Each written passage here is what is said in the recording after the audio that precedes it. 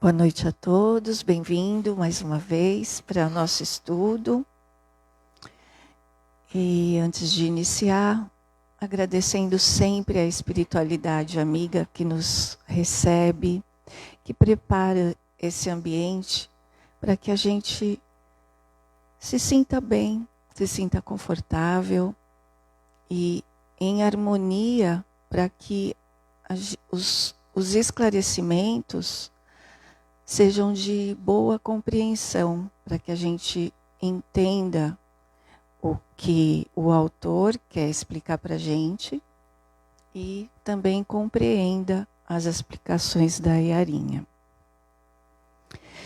E agradecendo a Jesus, nosso mestre de amor, a gente, através da prece, ouve, sente, né, as vibrações do Pai Nosso.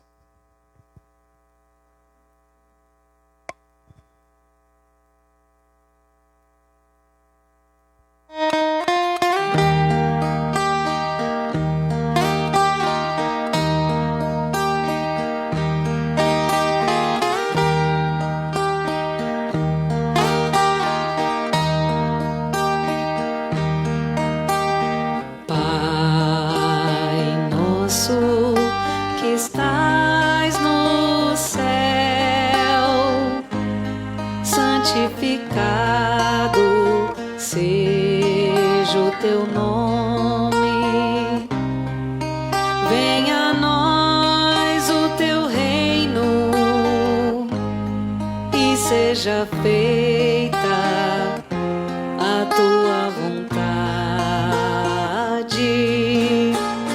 Pai, meu Pai, meu Pai do céu, meu Pai do céu, eu quase me esqueci que o teu amor vela por mim. Vela por mim, que seja feito assim.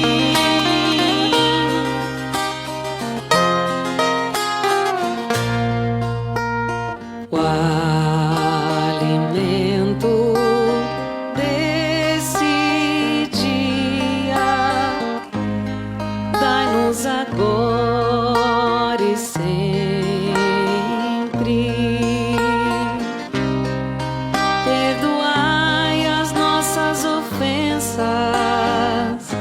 De um modo maior, com que perdoamos.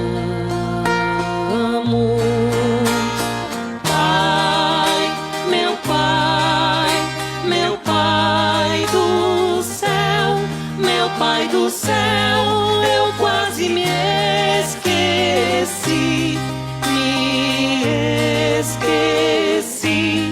que o teu amor vela por mim, que seja feito assim.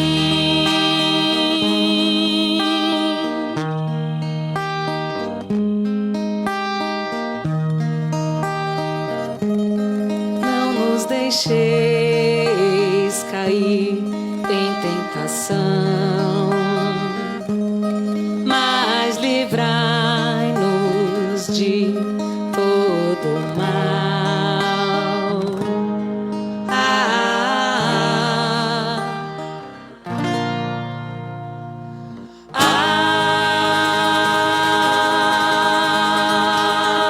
Amém. Então hoje a gente vai entrar no capítulo 7, Processo Redentor. O capítulo começa com o André e o Calderaro saindo da casa de saúde, onde eles tinham assistido, auxiliado a desencarnação da Cândida e ao equilíbrio da Julieta, equilíbrio mental da Julieta. Então eles estão saindo rapidamente porque o Calderaro fala para o André que eles têm, não tem tempo a perder, porque outro trabalho já está à espera dele. E durante esse percurso, o Calderaro reforça para o André pontos, né, do trabalho dele. Então ele fala que o objetivo principal é não deixar a loucura acontecer. Ele explica que o amparo da espiritualidade é constante, né, não para, e que ele acontece a partir do momento que haja uma brecha, uma abertura, para que a espiritualidade possa atuar. Que também ele fala de que quando o problema mental é fisiológico, ele dá o exemplo da sífilis, que invade a matéria mental, né, que esse tipo de doenças, né, adquiridas por comportamentos não regrados, que eles não conseguem interferir. E daí ele vai mais a fundo, falando que a sabedoria divina enviou 3 aspectos para que eles trabalhem, né, em harmonia. A ciência, de superentender o desdobramento harmonioso dos fenômenos pertinentes às zonas físicas. A filosofia, que se incumbiu de acompanhar a ciência, enriquecendo os valores intelectuais. E, por fim, confiou à religião a tarefa de zelar pelo desenvolvimento da alma, proporcionando-lhe abençoadas nuvens para a jornada de ascensão. Mas a crença religiosa, ele fala, tem se revelado incapaz de cumprir o objetivo dela. Faltam divulgadores qualificados. Boa noite, gente. Eu estava lembrando que a gente pensa em Jesus e que ele veio salvar, né? A gente escuta muito isso, Jesus, o Salvador e tudo mais. Na verdade, o tempo de vida dele aqui foi muito curto, né? 33 anos, 3 em ação mais intensa, né? Muito pouco tempo. Então, a espiritualidade nos chama a atenção para o antes. Ele passou em torno de 1.500 anos na atmosfera da Terra, se apropriando, limpando, preparando todo o ambiente para que ele pudesse estar. Por isso que é uma limpeza muito grande. Então ali foi o palco do tempo de se formar a filosofia. Quantos vieram antes dele ajudando a pensar? A filosofia é uma tarefa de ajudar o ser humano a pensar e não só a reproduzir pensamento. Quantas vezes a gente está sendo influenciado para pensar, para acreditar, para ir para um caminho, e não porque é nosso. Porque a gente recebe o impacto daquele magnetismo e a gente cede. Então a presença de Jesus foi muito importante no astral primeiro, para depois vir para a matéria. E olha só, quando fala da loucura, que esse é o capítulo, né, está estudando a prevenção, a loucura é uma predisposição que provavelmente muitos de nós já temos. Por quê? Porque estamos começando a despertar para o mundo maior. Quantas vezes a gente já sabe que não deveria fazer tal coisa e a gente faz? Quantas vezes a gente sabe, tem a intuição. Intuição não é o contato com o espiritual. Intuição é o contato com o acervo que a gente carrega. É a lembrança do nosso conhecimento pessoal. Mas às vezes a gente deixa que essa intuição se torne negativa. Quando que a intuição se torna negativa? Quando a minha neurose aumenta demais, os recalques da culpa aumentam demais, e eu dou brecha para a minha mediunidade desvirtuada, chamada obsessão. Correto? Então o que é a loucura? A predisposição a não aguentar a verdade. A verdade do que eu fui capaz de fazer com o outro. Vejam só. Se eu falar demais, a Bi já me... A gente tem falado bastante no triângulo. Vou dar um exemplo básico, porque esse é muito rotineiro que todos nós temos. Desculpe a repetição, quem já escutou eu falando sobre isso. Então vamos pensar na inveja? Então eu tenho inveja. A inveja nasce da admiração. Não nasce? Eu admiro algo, uma situação, um financeiro, eu admiro alguma coisa. Mas essa admiração adoece no meu processo interno e começa a questionar por que eu também não tenho tanto assim, ou não sou tanto assim, ou qualquer coisa. Então ela bate direto com o meu complexo de inferioridade. Ou a ideia de que não é justo. O que vai acontecer? Quem que pode levantar a mão e falar assim, eu sou invejosa? E ficar toda feliz? A gente tem vergonha de dizer, né? Eu tenho vergonha de dizer que eu tenho inveja. Eu falo, não. Bobagem. Né? A inveja é boa, a inveja branca, né? Ótimo. E o que a gente faz então? Aí vem o processo que a gente fala tanto, né? A gente está até chato. A gente nega, vai para um rebaixamento do minha percepção, meu nível de consciência, fica guardadinho ali nos meus arquivos, vira uma sombra e eu passo a projetar. Isso daí só faz coisa errada, né? Esse é o básico do básico de uma projeção, tá bom?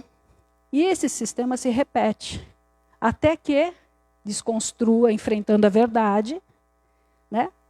Aprender a admirar, aprender a ser feliz com a felicidade do outro, ser feliz com a conquista do outro, que isso é um desafio para a gente. Parece simples, né? Ou até que a dor bata. E aí a gente não percebe que uma questão pequena como essa enlouquece. Olha a raizinha, olha o venenozinho que às vezes eu posso estar caminhando há várias reencarnações. Então não é só o quanto que eu burlei a lei machucando o outro. É o quanto que eu burlei a lei divina, que é amar ao próximo como a si mesmo, que eu não consigo amar o meu próximo. Que eu estou sempre em competição com ele. Quem é mais, quem é menos. E isso vai perturbando o meu aparelho psíquico e vai vibrando, né, alterando a minha morfologia. Perispírito, modelo biológico, organizador básico.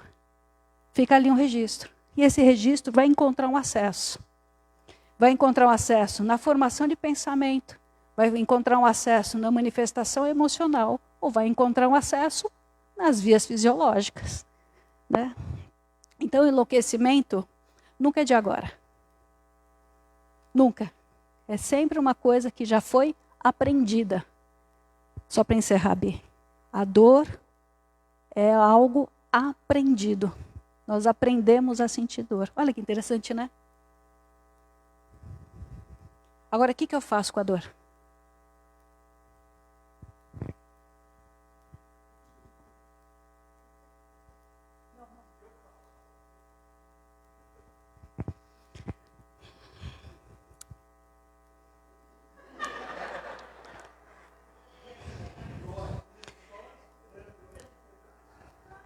Deixa eu filtrar, porque eu tenho andado com minha língua muito afiada ultimamente.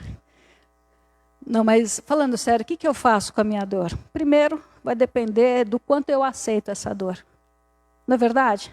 Se eu passar a negar essa dor, eu vou achar sempre que é a sociedade que está errada, é o meu obsessor o culpado, eu não tive sorte, a culpa das estrelas.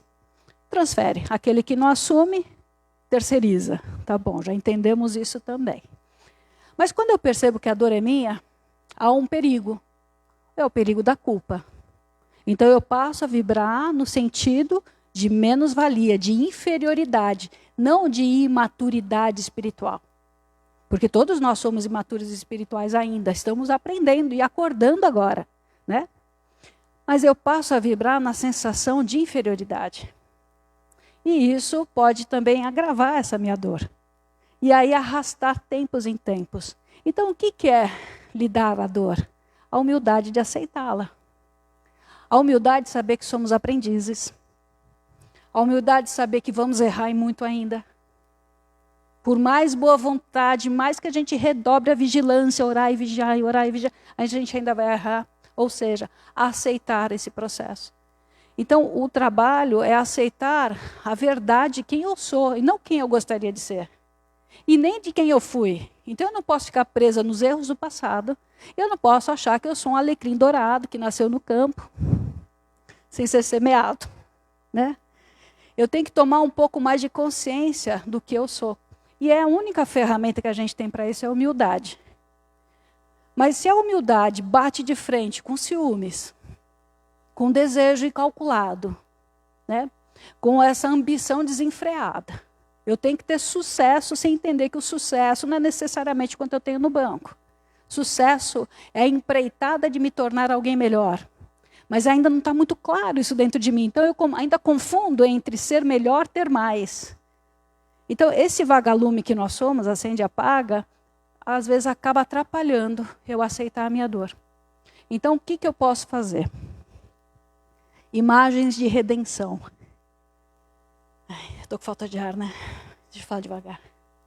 Imagens de redenção, por exemplo. Eu estou com um marido abusivo há 30 anos.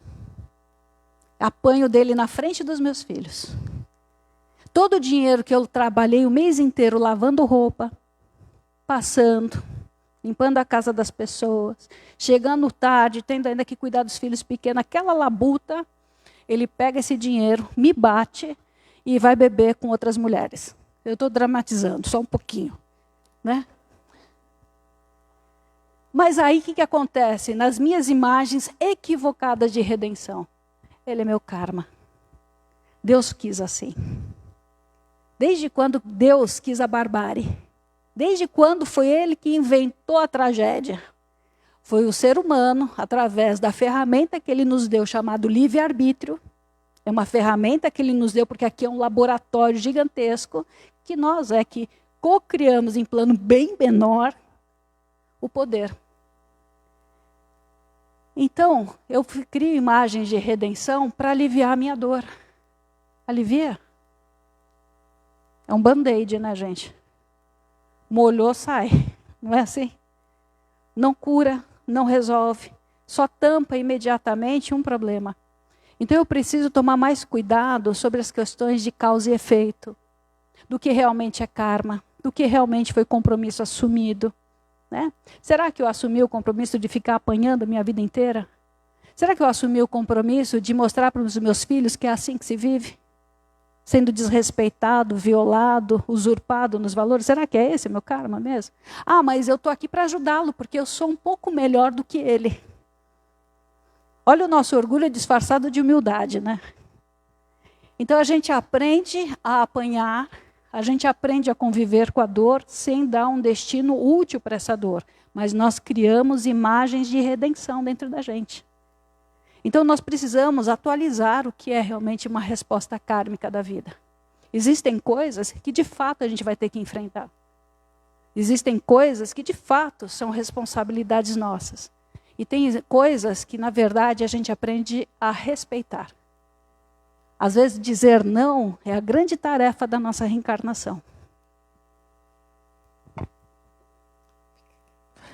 Aí o André pergunta para o Calderaro como que acontece a distribuição de auxílio para essas pessoas, se é indiscriminado, é aleatório. E o Calderaro explica que não, que existe uma ordem, né, existe uma organização, e essa atividade vai em todas as circunstâncias, que quase sempre é a força intercessória que determina os processos de ajuda. E ele fala do poder da prece, de como é incessante e complexa a colaboração espiritual para os encarnados, evitando que muitos se precipitem nos caminhos da loucura e do suicídio. A prece é um grande sinalizador que nós, encarnados, acendemos pedindo ajuda para os espíritos. E é através da prece que os espíritos nos localizam e nos auxiliam. Só uma curiosidade. Por exemplo, aqui na casa, nós temos aquele cantinho ali que estão os cadernos onde as pessoas anotam os pedidos de oração, tem ali, trazem papeizinhos. E a espiritualidade mostra e fala assim, quando os pensamentos começam a chegar aqui para casa, pedido de oração, ajuda, de cura, esses pedidos, eles vão se materializando. E tem um irmãozinho, uma equipe espiritual, que vai decodificando esses símbolos e vai formando diligências para as visitas nos lares. Olha que interessante. Então, o trabalho é muito ativo. E orar quer dizer conversar. Orar quer dizer falar com Deus. Mas aí, se eu acredito que Deus não me escuta, se eu me sinto tão indigna, ou a minha fé ainda é tão oscilante, que eu acho que falar com Deus não adianta. Se Ele é Deus, Ele sabe do que eu preciso. Não é assim que a gente justifica? Se Ele é Deus, o Pai de tudo, onipotente, onisciente, onipresente, as potências, né? Eu preciso rezar? Hoje a nossa ciência, graças a Deus, a ciência entende mais o campo espiritual. Quantas pesquisas maravilhosas da nossa ciência. Observa que a oração é um ansiolítico, de fato. Atua, de fato, né? Antidepressivo, de fato, quer dizer, tem uma resposta fisiológica verdadeira. Então a oração não é para Deus saber do meu problema. Eu não preciso avisar de Deus o que está acontecendo na minha vida. É para eu entrar em sintonia com a ajuda. É bem diferente. Na loucura da raiva, porque a raiva é colocada, Hahnemann fala isso, né? Aqueles momentos de cegueira, eu não escuto, eu não vejo, eu não entendo. Então, a oração é para entrar em sintonia com aquilo que eu estou precisando. Quantas vezes na oração a gente tem uma intuição maravilhosa, aquela calma, a gente está quase à beira do precipício, do desespero, e a oração dá um pouquinho de alento. Alento. A gente ganha um tempo diante do sofrimento. E ele frisa, né, da oração, não a prece decorada, a prece da boca para fora, mas a prece conversada com sentimento. E em rápidos minutos, durante essa conversa aí, eles chegam numa casa, num pequeno quarto, onde um menino magro, doentinho, repousava choramingando. E o calderaro explica para o André que é o caso de um menino de 8 anos, paralítico de nascença, e que estava cercado ali, naquele momento, por 2 entidades espirituais desequilibradas. O menino não fala, não anda, não chega a sentar-se, vê muito mal e quase nada ouve, cumprindo uma sentença lavrada por ele mesmo. E com respeito devido à dor, né, o André observa que o menino paralítico, ele lembra um símio, um macaco, né, um macaquinho, e um ser semelhante. E ele pergunta para o calderaro se isso é possível, se retroceder era possível. E o calderaro explica de que forma nenhuma, forma alguma o espírito retrograda. O corpo sim pode sofrer deformidades, mas o patrimônio espiritual, a inteligência, os sentimentos, a moral não se perdem. É por isso que a gente tem que tomar cuidado com a nossa avaliação. Se a gente olhar a princípio e falar assim, qual é a importância, qual é o benefício de uma reencarnação assim? A pessoa não tem contato com o mundo externo, o mundo interno é um caos, está sempre em constante sofrimento. Qual é a utilidade? Se não for pelo olhar espiritual, nós vamos sempre considerar injustiça. Aquela pessoa aparentemente indefesa, está ali naquela cama, que não tem contato com nada, vive em constante sofrimento, tem a chamada licantropia, as respostas vibratórias dos erros do passado interferem diretamente no corpo, alterando a fisiologia, né? Então, o que é? Através dos processos da simbiose mental, Ele absorve a culpa pela fixação mental durante o século inteiro. Veja, quando a gente estiver com uma dor, quando um pepino bater na nossa porta, quando um probleminha acontecer com a gente fala assim, ai, olha, eu sou tão boazinha, eu sou tão boa, não falo palavrão, não fumo, não bebo, né? A gente tem o costume de achar que a gente está acima, né? Vamos lembrar que nenhuma dor bate na porta errada. Hoje eu sou essa pessoa, ou pelo menos tento ser. Mas o ontem a gente não tem como fugir. Todos nós, mais cedo ou mais tarde, vamos enfrentar o ontem. Mas não é uma paga, não é punição. Como que eu vou provar para a minha consciência, que está sempre oscilando em complexo de superioridade e de inferioridade, que eu me tornei alguém melhor, se eu não testemunhar que eu sou capaz de fazer diferente? O testemunho, quer dizer, a experiência na própria pele, é que faz com que a gente acredite realmente que a gente se transformou. Que de fato entramos na regeneração. Então a experiência é necessária. Agora vejam, não dá para construir a nossa felicidade em cima da dor do outro. Isso tem que ficar muito claro. Não dá. Não dá você achar que vai ficar muito bela e formosa roubando, enganando, mentindo, trapaceando o dia inteiro. Não adianta você achar que você vai ser feliz no seu casamento controlando o seu marido, fingindo que está passando mal para ele não ir sair trabalhar. Aí eu vou longe, né? Minha língua está complicada, está assim, ó. Então, o Calderaro apresenta para o André a história desse caso. O que aconteceu 2 séculos atrás. Esse espírito que hoje está encarnado como deficiente decretou a morte de muitos compatriotas numa insurreição civil. Valeu-se da desordem político-administrativa para vingar-se de desafetos pessoais, tornando a vida de muitas pessoas um inferno. No mundo espiritual, quando ele desencarna, ele viveu nas regiões inferiores suplícios indescritíveis. Muitas vítimas já haviam perdoado. Muitos, contudo, os seguiram obstinados anos afora. Foram se extinguindo, restando 2 últimos inimigos que hoje estão em processo final de transformação. Os pensamentos de revolta e vingança que eles, as vítimas enviavam por todos para ele, vergaram-lhe o corpo perispiritual por mais de 100 anos consecutivos. Funcionavam como choques de desintegração da personalidade, deixando o infeliz distante do acesso à zona mais alta do ser, fixando na zona cerebral dos impulsos automáticos, dos instintos, mostrando a irreflexão da sua imoralidade.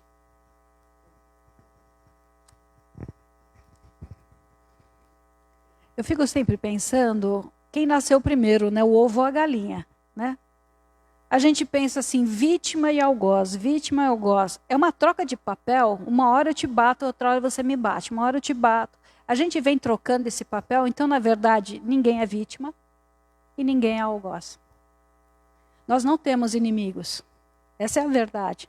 Só que, temporariamente, a gente se fixa nessa ideia. Nós temos pessoas, coleguinhas de escola. Não é assim? A gente dá com a régua na cabeça, ele disputa lápis. Eu estou dizendo o seguinte, que às vezes os dramas que a gente acha tão complicados para a vida espiritual é uma fração de vaidade, é uma fração de ilusão. Quem que ganha com perdão? Quem recebe ou quem dá? Vamos pensar nisso com calma. Já escutei várias vezes, não perdoo, não perdoo. Isso é acima de qualquer possibilidade dentro de mim. Não perdoo. Quem que carrega? Eu te dou um tapa na cara, eu estou sempre dando tapa na cara, foi mais um para mim.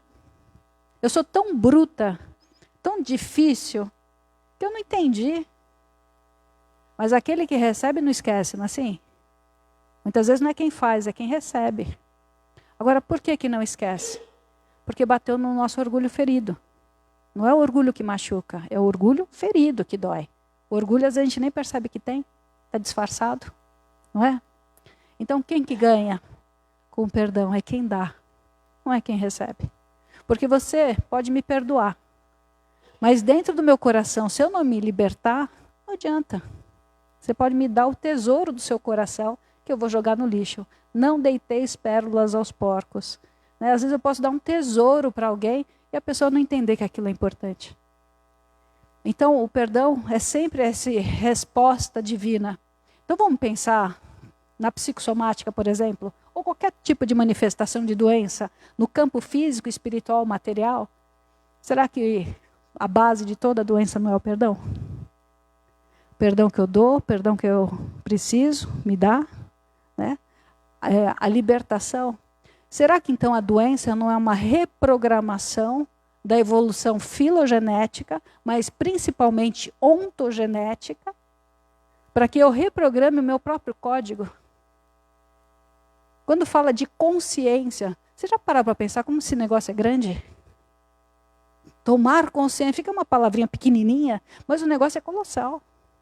Então, o quanto que cada vez que eu também me aprimoro, avançando um degrau diante de uma dor, aquela dor é o meu professor de vida. É ele que faz com que eu me liberte de coisas muito pesadas e muito antigas. E o Calderaro pede para o André examinar a conduta do menino, do enfermo. Então, ele pede para que o André fixe o olhar na mente, na extrema região dos impulsos automáticos, observando que o padrão de comportamento é efetivamente subhumano. Essa criança de hoje está presa na sua demência e o laço de ódio que desenvolveu com esses espíritos é tão grande que mesmo reencarnando alienado mentalmente, esses espíritos permanecem ao seu lado. A programação reencarnatória já estava traçada, tanto para a criança quanto para esses espíritos. Eles retornariam para a carne na mesma família. E esses que viriam como seus irmãos, esses dois espíritos, vendo aquele espírito deficiente e não se lembrando que era um antigo inimigo, vão criar, através de laços sanguíneos, aos poucos, laços de amor, laços de fraternidade. Então, esse ódio, com o tempo, com o passar do tempo, vai ficar para trás. E o que a gente vê também nesse capítulo é a assistência espiritual, que mais uma vez nos chama a atenção para a bênção de Deus, que ela não falta a ninguém. A mãe da criança, que era jovem ainda, ela era o refúgio desse menino, dessa criança de 8 anos. Ela o abraçava, enchia de carinho, e as suas preces sentidas varavam o céu em busca do auxílio divino, que não lhe era negado. E quando ela entrava no quarto do filho, ela orava sempre banhada em lágrimas. E o André estava lá no quarto, quando ela entra, e ele observa essa cena. E ele descreve, dizendo que a mãe parecia a ele um cisne na região espiritual a entoar maravilhoso cântico. E o Calderaro toca a fronte da pobre mãezinha e falou de coração para coração, com palavras de ânimo e fé. A mãe se consolou, se ilumina, se eleva, e com seu pensamento fortalecido, os obsessores vão se aproximando e se sentem também beneficiados e tocados pelo seu amor. Para muitos médicos, esse caso seria mais um caso de eutanásia. Mas Calderaro fala que para as leis de Deus são almas se equilibrando e se perdoando mutuamente. A gente lendo assim, então parece que quando esses dois reencarnarem, seremos felizes para sempre. Nini, não. Aí começa uma nova trajetória. Degrau por degrau, reconstruindo os elos, reconstruindo os laços. Você veja como na leitura, quando um desses espíritos toca a parte craniana, existe um derramamento escuro e ali envolve todo o aparelho, não só psíquico, mas o aparelho cerebral. Quer dizer, o aparelho psíquico é uma coisa, o aparelho cerebral é outra. É a manifestação, é o aparelho de decodificação do espírito. Ali é condensado livre acesso a esse derramamento a ponto de alterar o trabalho cerebral. Pesquisas de neurônios espelho, a plasticidade neurológica, tanto para pensar numa recuperação de uma isquemia, um AVC ou qualquer outra situação, mas pensando no efeito contrário. Aí a gente chega a uma coisa muito simples, mas dificílima, do cuidado do pensamento.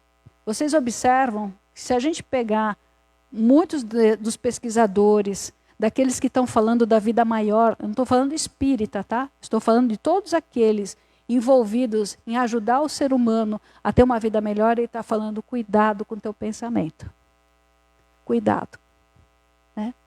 E outra coisa, que às vezes a ajuda não chega como a gente quer, mas talvez porque a gente não deixou. A gente fica duvidando, né? Se debatendo com Deus. Eu só acredito vendo. Olha, minha fé vai melhorar se acontecer. A gente fica ali disputando, barganhando com Deus, né? Como se fosse um jogo. Quantas pessoas, e até voluntários da casa, né? Então, que têm a possibilidade do trabalho, entram no nível de revolta, de indignação, de não aceitação das provas, que é uma verdadeira toxina. Então a gente adoece, sim, por depressão no sentido físico. A depressão pode ter acontecido não por uma questão endógena, quer dizer, eu já trago predisposição orgânica. Mas a depressão pode ser uma condição que eu trago pela minha insatisfação de vida. Eu não acho certo o que eu estou vivendo, eu não aceito. Eu acho que a vida tinha que ser mais. Só que não é só porque aconteceu uma barbárie na minha vida. Às vezes eu não aceito porque eu sou mimada. Né? Quantas vezes a gente vê um jovem achando que os pais têm obrigações, né? Obrigações que não são dos pais, obrigações financeiras, obrigações de cuidados, exigem coisas que não são capazes de dar. Então a gente tem sofrido não pela indignação por justa causa, se podemos usar esse termo. A gente tem sofrido porque a gente está com um estado delirante, a gente não está tendo de posse uma verdade mais nítida. Vivemos construindo estados alterados na nossa consciência. Então a vida vai ser fácil para eles? Por que às vezes a gente vê irmãozinho dando uma esganadinha no outro irmãozinho? Aquelas brincadeiras meio violentas, que nitidamente tem um tom de maldade. Por que será? Né? É um psicopata que está ali do meu lado, já pequeno? Às vezes não. Às vezes é uma pessoa, uma criança, um espírito que está ali no corpo infantil, que tem flashes de lembrança daquela pessoa. Depois passa, brinca, né, se beija, se abraça, mas de repente vem alguma animosidade e trapaceia. Então a gente é assim nas questões familiares. Tem hora que eu a entendo como família, eu tenho carinho, tento me conter, mas muitas vezes, principalmente que são elos de reparação kármica, tem amor e ódio. E não é assim, a gente? A gente não mantém o amor igual todos os dias. Ele oscila, de acordo com a disposição, né? Com o aborrecimento que a gente passa. E a gente quer amar quando a pessoa está bem. Quando a pessoa está raivosa, folgada, preguiçosa, vê se a gente ama com o mesmo cuidado. Então também, para a gente amar, a gente espera e exige coisas. Então veja que o exemplo dessa mãe, ele é importante por quê? No momento que ela está em oração, ela pensa que não vai aguentar. Pobrezinho, né? nasceu para essa condição, que o destino dele qual vai ser? Suportar a vida. Não vai planejar porque vai estudar, não vai planejar porque um dia talvez case e tenha filhos, não vai ter uma vida, né? Vai ser aquilo. Então, como é difícil a gente aceitar o nosso destino, né? Como é difícil. Então, por que essa mãe é uma mãe honrada? Porque mesmo no momento que parece que ela vai cansar, ela recobra as forças. E aí lembra do compromisso assumido, né? De dar sequência naquilo que ela se programou e dar espaço para acolher. Por que existem tantos abortos espontâneos? A gente não para pensar que o aborto espontâneo pode ser um desses espíritos com uma carga deletéria tão alta que o corpo da mãe não dá conta e acaba expelindo, acaba não fazendo a vinculação. A gente pode também considerar que muitas vezes esse espírito que está vindo, ele começa a pressentir a proximidade do enfrentamento daquela prova e ele mesmo romper com o corpo, por não dar conta. Começa a entrar numa espécie de psicose.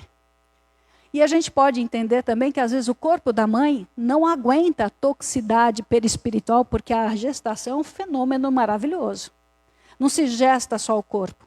Gesta também um período psíquico entre mãe e filho, né, assumindo os compromissos. E muitas vezes, algumas mães, naquele momento, não dão conta da chegada daquele espírito.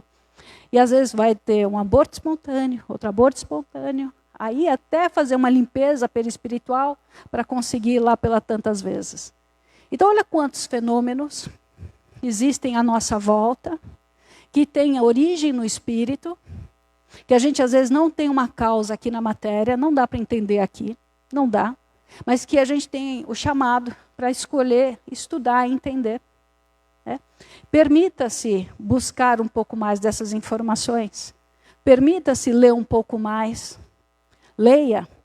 Hoje um dos tipos de assédio espiritual mais comum, além de estimular a preguiça, é dificultar a leitura. Começa a ler, dá o quê? Toca o quê? Celular, a gente já sabe, né? Dá até um rap. Não é assim? Então a gente já sabe que tem uma resistência. A gente precisa vencer isso. Vai saber quantas vezes uma boa leitura que faz você falar, nossa, aquilo é uma oração. Uma boa leitura que te nutre o espírito, aquilo te fortalece como uma oração. Quantas vezes aquela história que caiu no seu braço, no seu colo, você não estava nem procurando, você começou a ler, meu Deus, ali tem respostas para mim. Você acha que é a lei do acaso? Então, a gente está sempre sendo beneficiado pela ajuda espiritual, mas nós precisamos fazer a nossa parte. Ao invés de abrir o celular, ou ver lá se a Fátima vai bater no namorado, né? Ou se alguém vai dar mais algum golpe, sai um pouco dali, lê algumas páginas. Em torno de umas 5, 6 páginas, o nosso sistema nervoso já entra na assimilação. Então, está vendo? Não precisa nem muita coisa. E isso pode fazer uma higienização mental que vai levantar a nossa imunidade astral. Quem não tem imunidade astral não vai ter imunidade física. Aí é minha infecção toda vez, toda hora. Vou parar. Se alguém quiser falar alguma coisa. Alguém quer falar? Celso? Tá. Só um minutinho.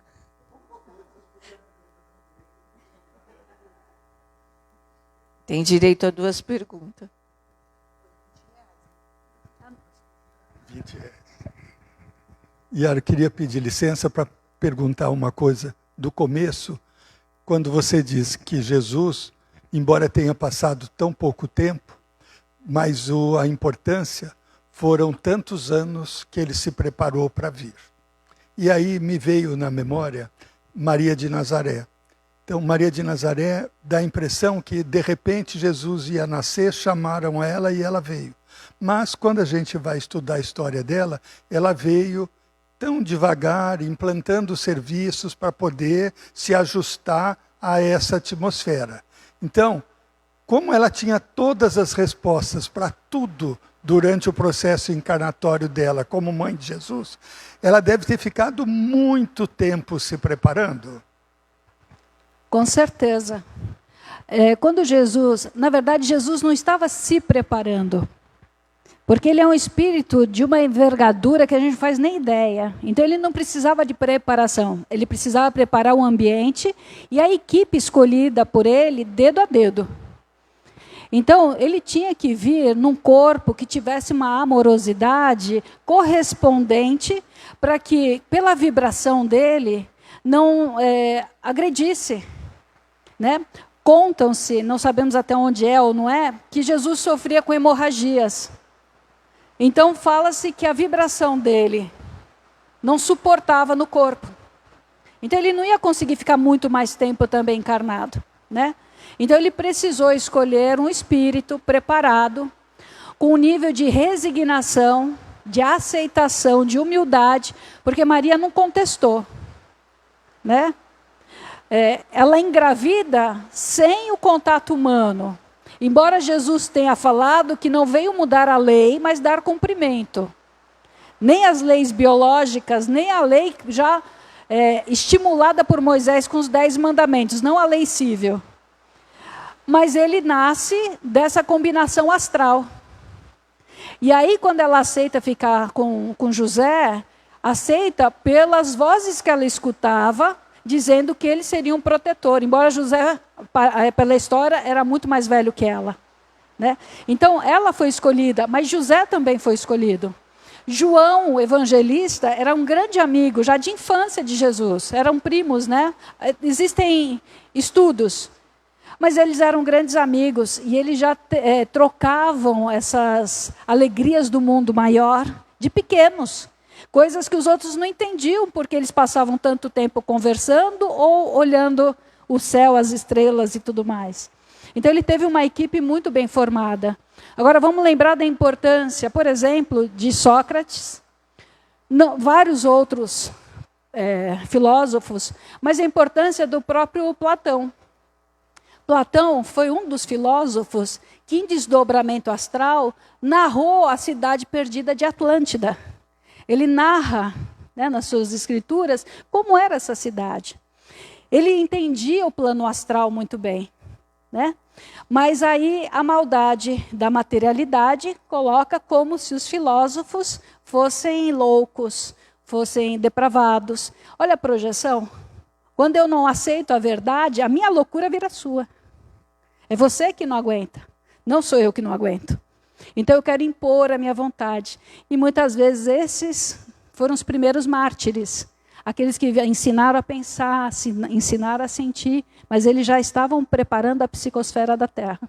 Olha quanto tempo para a vinda de Jesus. Né? E agora, 2000 anos depois, quantas outras coisas foram preparadas? Aqueles espíritos que ficaram muito tempo presos, exilados aqui na Terra, mas extremamente revoltosos, ficaram um tempo presos no astral, que foram chamadas as bestas do Apocalipse. Né? Então, um grupo de espíritos muito tenebroso. Mas eles foram soltos. E aí começa a Idade Média. Então, a Idade Média é a Idade das Trevas, realmente. Porque a título da religião, mandava matar, perseguir, torturar, roubar, em título de um Deus tirano. É ali que reforça o medo. Se você não fizer o que a igreja manda, por favor, não estou falando mal do catolicismo, tá bom? É a história que a gente está falando, né? Se você não fizer o que eu mando, não é o que Cristo mandou, é o que eu mando, você vai para o inferno. Que argumentos eu tenho contra isso? Se todos nós, na evolução, não tínhamos defesas psíquicas para contra-argumentar. E se eu argumentasse, qual era o meu destino? Eu era herege, eu ia para a fogueira. Eu ia para o empalamento em praça pública. Eu ia ver os meus sendo torturados. Então veja que o medo andou lado a lado da construção da fé. Olha que perigo. Olha que engrenagem perigosa. Por que eu estou falando isso? Desculpa, parece que eu estou falando de muito sangue, né? É que hoje nós não podemos mais usar o medo. Eu vou fazer o bem com medo do obsessor. Eu vou fazer o bem, vai que eu vou para o umbral. Não. A gente tem que soltar isso. Eu vou viver porque eu quero minha consciência em paz. Eu quero ter o coração em paz. É o único jeito da gente realmente largar as coisas que não fazem mais bem para a gente. Senão eu finjo que eu melhorei, deixo na sombra debaixo do tapete, basta que a vida me dê um beliscão, meu lado feio surge de novo. Então eu não superei, eu disfarcei, né? E a gente vem repetindo essa história há quanto tempo? Há quanto tempo? Será que são outros espíritos ou somos nós mesmos lá atrás? Né? Quantas vezes será que a gente já trapaceou? Quantas vezes será que a gente já entendeu um cárcere? Estou até com febre. É muito comum hoje em dia a síndrome do pânico. É um acometimento pela cronicidade da mediunidade, né, a paranormalidade da pessoa na produção de uma cota excessiva de ectoplasma, né, então mediunidade de efeito físico, com a ansiedade. Olha que combinação. Melhor que bomba atômica, né? Explode, destrói mais até. O que acontece? Muitas vezes, naquele momento onde ela tem um deslocamento excessivo desse ectoplasma para regiões superiores do corpo, ela pode acionar memórias dos fracassos, das dores, das mortes traumáticas que nós presenciamos. Pensa que hoje a gente ainda morre de doenças desenvolvidas pela velhice. Tempos atrás não era bem assim, eram as pestes, né? A gente vivia muito menos tempo, era fome, era desigualdade numa escala muito maior do que a gente tem hoje. Então nós também temos tendência a lembrar a dor que a gente já viveu. E muitas vezes a ansiedade vem por causa disso. O medo de sofrer novamente. Então veja que o medo atrapalha a gente. Eu não posso escolher porque, eu vou guardar um dinheiro porque vai que eu fico doente. Não. Eu vou guardar um dinheiro porque vai que eu vou para a Itália. Entendeu? Vai que eu vá passear lá na Grécia. Não fazer as coisas tomando por impulso, sem eu perceber por base a escassez, a falta, a dificuldade, o problema. Não, eu vou viver porque eu quero viver bem. Eu quero viver em paz. Só que a gente vai ter que revolucionar a nossa forma de crer na vida, né?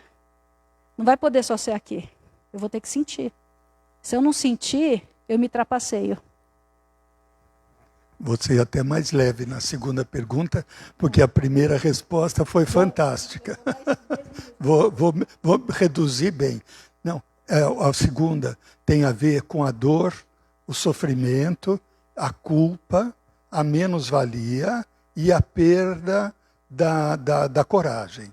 Então, que a gente vê sintomaticamente, não estou generalizando, mas eu estou falando em cima de situações que eu acompanho ou que eu conheci. Começa a apresentar um processo sintomático de desconforto em vivência psicossocial e a gente vê que entra num primeiro transtorno afetivo, de passar a não gostar das mesmas coisas, que isso vai virar um segundo transtorno de humor, que aí complica nas relações e vai imediatamente para a psicossomática, trazendo, como por exemplo, a fibromialgia. Não estou dizendo também que é todo mundo, mas é um sofrimento de uma dor que me parece a necessidade de sofrer para entrar num processo de vítima, porque é incapaz de entender que ela tem que pedir perdão para alguém. E depois, logo em seguida, quando isso não é superado, vai no transtorno de pânico. E aí o pânico, então, generaliza todo esse processo, que é o enfraquecer, acreditar que aquilo que gerou esta culpa nunca terá perdão. Ou seja, sempre você vai ter que carregar aquilo. E aí vai fragilizando cada vez mais e tirando a fé do indivíduo. Porque ele, como um ser humano normal, ele vai se cansando daquele processo. Ou ele vai numa doença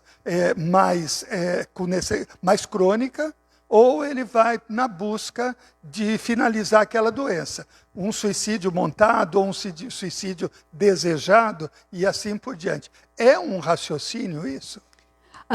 Pensando, por exemplo, na fibromialgia, né, que você levantou, pode acontecer da pessoa usar a dor para ter ganho secundário, a tensão, a carência, a gente faz isso, né? Pode acontecer.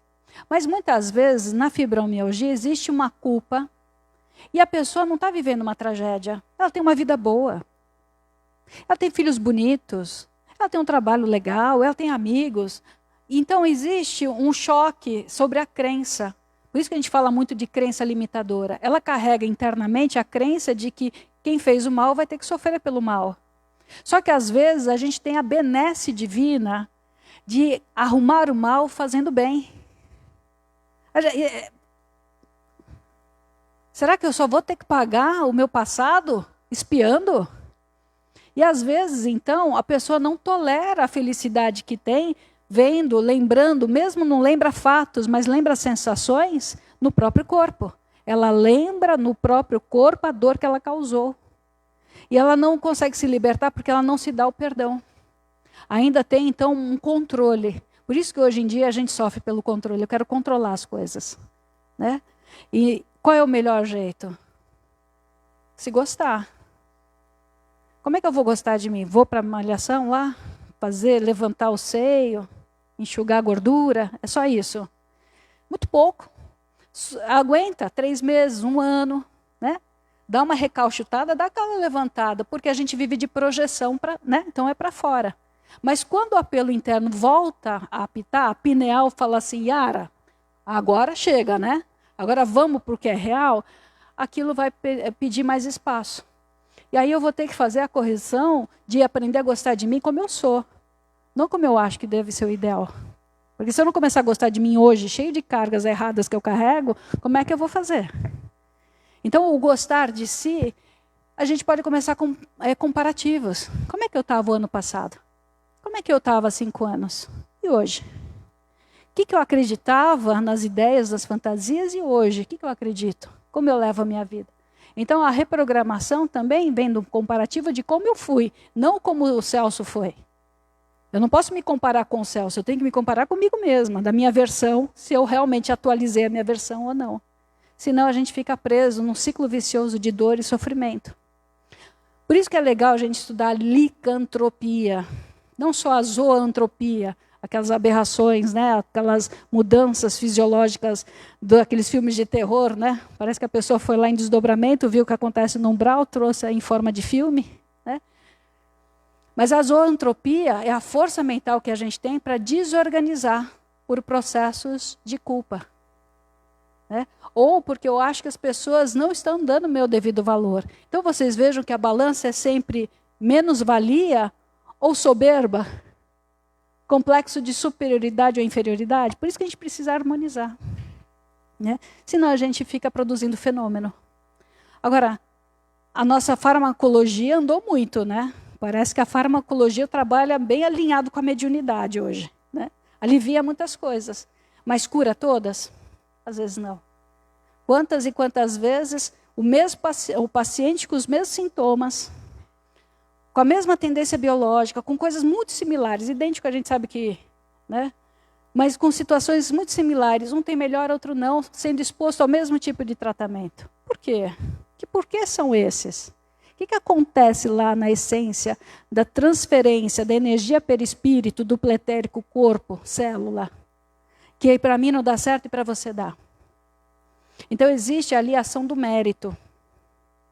Eu sei que a nossa vida está em base da meritocracia, tá? Mas não é o mérito que nós julgamos, não é dentro do tamanho da nossa consciência. É a consciência divina, é o deutropismo, a força que nos puxa para Deus. Não é o passado que eu carrego, é o futuro que eu carrego. Entende a diferença? É a essência de Deus que está em mim e faz com que eu tenha tanta vontade de viver e ser útil, que não importa o que eu passei.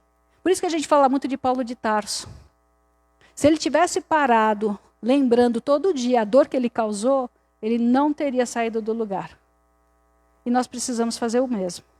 Se a gente ficar lembrando todo dia como a vida é difícil, como dói, como eu errei, é uma hipnose. A gente está se hipnotizando para a dor. Pode ter certeza que a dor vai aumentar. Então vamos encerrando. O papo está bom. Já deu.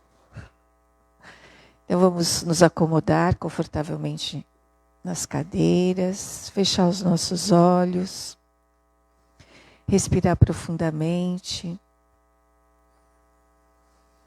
E agradecer por mais essa oportunidade de esclarecimentos, de entendimentos, que o nosso caminho é grande, é comprido, é longo, mas estamos no caminho, isso é que importa. E podem trovões, chuva, barulhos tentarem tirar nossa atenção, mas a gente continua firme no nosso propósito de aprendizado, de crescimento. E finalizando, agradecendo sempre a espiritualidade, a Yarinha, a vocês todos aqui, nessa energia de amor, de luz, pessoal que está em casa. A gente faz a prece que Jesus nos deixou. Pai nosso, que estais nos céus, santificado seja o vosso santo e divino nome. Venha a nós o vosso reino, seja feita a vossa vontade, assim na terra como nos céus. O pão nosso de cada dia nos dai hoje, Senhor. Perdoai as nossas ofensas, na medida em que nós perdoarmos aqueles que nos têm ofendido. E não nos deixeis cair em tentações, mas livrai-nos de todos os males. Graças a Deus. Graças a Jesus. Boa noite a todos. Quem for ficar para desobsessão é só ficar desse lado do salão, sentados, que logo inicia os trabalhos. Muito obrigada pela presença.